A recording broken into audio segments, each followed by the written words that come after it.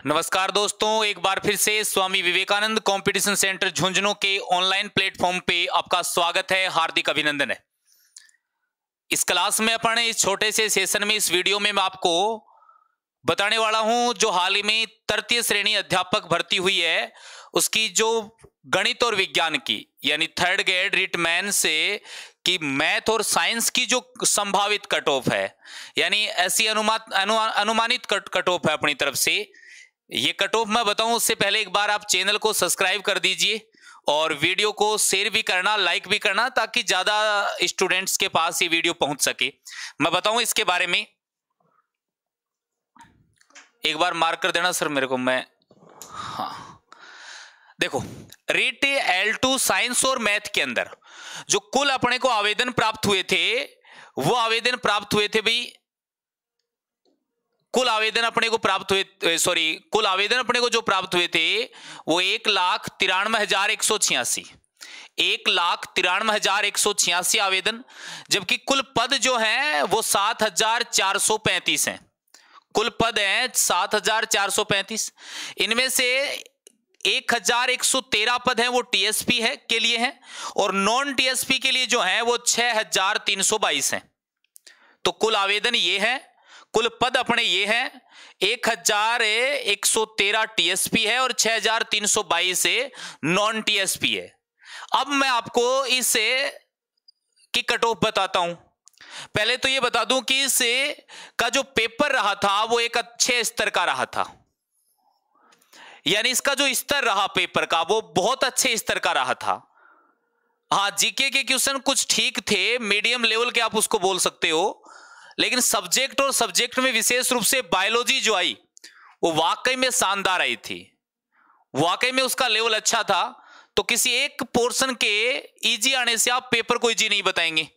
यानी REET third grade में अगर सबसे ज्यादा स्तरीय कोई पेपर रहा तो वो मैथ साइंस का था, बहुत अच्छा पेपर था। तो इजी बताने वाले वहम में ना रहें, अच्छे लेवल का पेपर था, वो आपको मैं कट ऑफ में भी बताने वाला हूं। इसकी कट ऑफ के बारे में बात करें तो देखना, मैं ये कट ऑफ नॉन टीएसपी के लिए बता रहा हूं और नॉन टीएसपी के लिए अपन कैटेगरी में जर्नल की अगर बात करें, जर्नल कैटेगरी की बात करें तो यहां मैं क्वेश्चंस बता रहा हूं और ये मार्क्स बता रहा हूं, जिसके 90 से 95 हैं, 90 से 95 वो सेफ है। 180 से 190 यानी अंक की अगर बात करें कि कितने मार्क्स से, कुछ मार्क्स के हिसाब से देखते हैं, कुछ क्वेश्चंस के हिसाब से। तो मार्क्स देखें तो 180 से 190, क्वेश्चन देखें तो 90 से 95, और ये मैं जर्नल कैटेगरी के लिए बता रहा हूं। उसके बाद नंबर 2 पे अपन ओबीसी कैटेगरी की बात करें तो ज्यादा फर्क नहीं मिलेगा, ज्यादा फर्क आप देखते भी हो, रहता भी नहीं है एक्चुअल में ज्यादा फर्क। और एक बात और, मैं ये मेल और फीमेल दोनों के लिए बता रहा हूं क्योंकि मेल और फीमेल में कोई ज्यादा डिफरेंस नहीं रहता है, इतना डिफरेंस तो मैं इनमें वैसे ही रख रहा हूं। तो ये मेल और फीमेल दोनों के लिए है। ये ओबीसी कैटेगरी की बात करें तो 88 से 92, ये ऐसी अनुमान है, ऐसी संभावना है, इतनी जा सकती है क्योंकि पेपर का जो स्तर था उस स्तर को देखते हुए। 176 से 184 यानी जिसके 176 से 184 नंबर आ रहे हैं वो सिलेक्शन की रेस में है, ऐसा मेरा अनुमान है।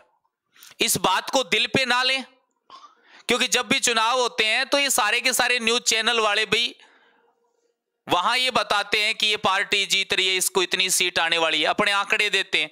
कई बार वो ठीक बैठ जाते हैं, कई बार ठीक नहीं बैठते हैं। तो हो सकता है मेरा अनुमान गलत हो, लेकिन पेपर जितने स्टूडेंट मेरे से मिले और जैसा स्तर रहा उसके आधार पे मैं बता रहा हूं आपको। उसके बाद ईडब्ल्यूएस कैटेगरी के बारे में बात करें तो ईडब्ल्यूएस कैटेगरी में बात करें तो जिसके 87 से, क्योंकि ओबीसी से ज्यादा फर्क नहीं रहेगा, 87 से 90 यानी नंबर की बात करें तो 174 से 180 आ रहे हैं, वो सिलेक्शन की रेस में है मेरे अकॉर्डिंग। भाई एमबीसी के अकॉर्डिंग, एमबीसी में अगर किसी के 86 से 88 आ रहे हैं नंबर और क्वेश्चन, और नंबर की बात करें तो 172 से 176 वो सेफ है। एससी के लिए बात करें तो 82 से 85 क्वेश्चन, और अगर बात करें अंक की तो 164 से 170 यानी 164 से 70 अंक हैं एससी कैटेगरी में, वो अपने को ये मान सकते हैं कि सेफ हैं या वो सिलेक्शन की रेस में है। लेकिन मैं बार बार कह रहा हूं ये मेरे अकॉर्डिंग है, आप पूर्णतः अपने कमेंट करने के लिए स्वतंत्र हैं। आप कह सकते हैं कि ये सही है, नहीं है, आपका अनुमान कुछ और भी हो सकता है। एसटी कैटेगरी की अगर बात करें तो एसटी कैटेगरी में जिसके 80 से 84% ठीक हो रहे हैं, यानी अंक की बात करें तो 160 से 168, 160 से 168 जिसके आ रहे हैं एसटी कैटेगरी में, वो सिलेक्शन की रेस में है। इस पे अगर आप कोई आपत्ति है तो आप बिल्कुल बता सकते हो। ऐसे वैसे कमेंट भी आप कर सकते हो, पूरी तरीके से स्वतंत्र हो। अगर आपको अच्छा लगे तो अच्छे कर देना, बुरा लगे तो बुरे। इन कैटेगरी के अलावा जो भी अन्य कैटेगरी बची, जैसे कोई दिव्यांग है, कोई विडो है, तलाकशुदा है, जिस भी प्रकार की और कैटेगरी बनती हैं, अन्य जितनी भी कैटेगरी हैं, उन कैटेगरी के लिए मैंने बताया कि 65 से 70 नंबर, यानी 130 से 140 नंबर, कितने? 130 से 140 नंबर। और प्रश्न मैंने बताया 65 से 70। ये अन्य कैटेगरी के लिए बता रहा हूं, और ये मैं मैथ साइंस के लिए बता रहा हूं जिसका पेपर वास्तव में इजी नहीं आया था। ये मैंने कट ऑफ नॉन टीएसपी के लिए बताई है। बात करें टीएसपी के लिए तो टीएसपी कैटेगरी की बात करें तो जर्नल में जो है वो अपना 80 से 82 अगर नंबर क्वेश्चन किसी के ठीक बैठ रहे हैं, 160 से 64, तो वो थोड़े आश्वस्त रहें कि हां मेरा हो सकता है। अगर एससी कैटेगरी की बात करें तो 70 से 75, और एसटी कैटेगरी की बात करें तो 68 से 73, यानी नंबर 140 से 50, और यहां 136 से 146।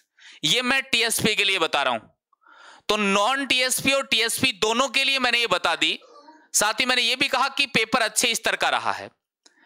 अब आगे अगर बात करें कि ठीक है ये तो कट ऑफ हुई, हमने थर्ड ग्रेड की एग्जाम भी दे ली, इस एग्जाम के बाद क्या करें? अगर अपन एग्जाम के बाद की बात करें कि अब आगे क्या करें, तो इस आगे के बारे में अगर बात करें तो आपका पेपर अच्छा हुआ है तो बहुत अच्छी बात है। अगर आपका पेपर अच्छा हुआ है तो बहुत ही अच्छी बात है, आप भावी शिक्षक बनने जा रहे हैं। लेकिन अगर आपका पेपर अच्छा नहीं हुआ है तो एक बार तो इन 2, 4, 5 दिन में आपको थोड़ी सी मानसिक मजबूती दिखानी है, क्योंकि ये जो 5, 4, 7, 10 दिन जो आगे वाले आपके आने वाले हैं, ये आपके लिए सबसे कठिन दिन होने वाले हैं। क्योंकि इस दौरान भाई अपने जो रिलेटिव हैं, यानी माता पिता हैं या और भी हैं, अपने जितने शुभचिंतक हैं, वो हमसे बहुत सारी उम्मीद लगाए बैठे हैं, हम उन उम्मीदों पे खरा नहीं उतर पाए। तो इस बात का कतई ये मतलब नहीं है कि जिनका सिलेक्शन हो रहा है हम उनसे कमजोर हैं, नहीं। जिनका सिलेक्शन हो रहा है और जिनका सिलेक्शन नहीं हो रहा है, तो सिलेक्शन ना होने वाले या रेस में ना आने वाले या जिनका पेपर खराब हुआ है, वो किसी भी तरीके से उनसे कमजोर नहीं है। बस फर्क इतना सा है, उनका पेपर थोड़ा ठीक हुआ है, जिनका अच्छा पेपर नहीं हुआ उनकी बजाय। वो 2.5 घंटे उन्होंने अच्छा वर्क किया, बस इतना फर्क है। तो याद रखना, इस दौरान आपको थोड़ी सी मानसिक मजबूती दिखानी है। आगे आने वाली जो भी भर्तियां हैं, जैसे अगर अनाउंस होती हैं, फर्स्ट ग्रेड की है, सेकंड ग्रेड की है, अगर आपके पास मास्टर डिग्री है, बीएड प्लस मास्टर डिग्री आपके पास है, तो आपको फर्स्ट ग्रेड की तैयारी करनी ही चाहिए। नहीं है तो आप सेकंड ग्रेड या दोबारा से रिट के लिए जा सकते हैं। इसके अलावा बहुत अच्छी भर्तियां आ रही हैं, आरएस की भर्ती आएगी, एसआई की भर्ती आने वाली है, और आप मैथ साइंस से बिलोंग करते हो तो और भी जो अच्छी भर्तियां आने वाली हैं, आप उनके लिए जा सकते हैं।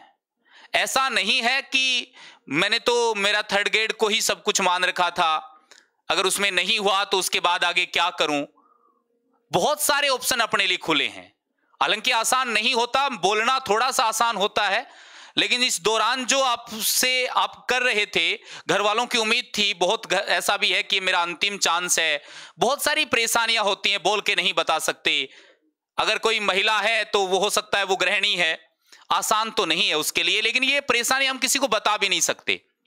अगर हम ये परेशानियां किसी को बताते हैं तो उसके पास उसका कोई जवाब भी नहीं होता है। उन परेशानियों से आपको खुद को आगे निकल के आना होगा।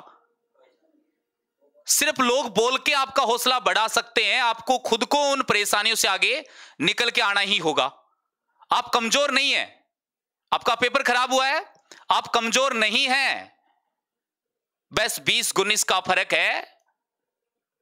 अब की बार अपन उस आंकड़े को पार कर जाएंगे। तो बस हमारी शुभकामनाएं आपके साथ हैं। एक बार फिर से आपका अच्छा हुआ है तो बहुत अच्छी बात है, नहीं हुआ है तो उस तैयारी को कंटिन्यू कीजिए, बीच में छोड़ना नहीं है। अगर छोड़ा तो फिर जीरो से शुरुआत करनी पड़ेगी, फिर मुश्किल होगा और एक बार फिर से 1-2 नंबर का फिर रहता जाएगा वो। इसलिए जब तक सिलेक्शन ना हो आपको उस तैयारी को कंटिन्यू करना है। मैं ऐसी उम्मीद आपसे करता हूं। इस सेशन में इतना ही। जय हिंद, जय भारत।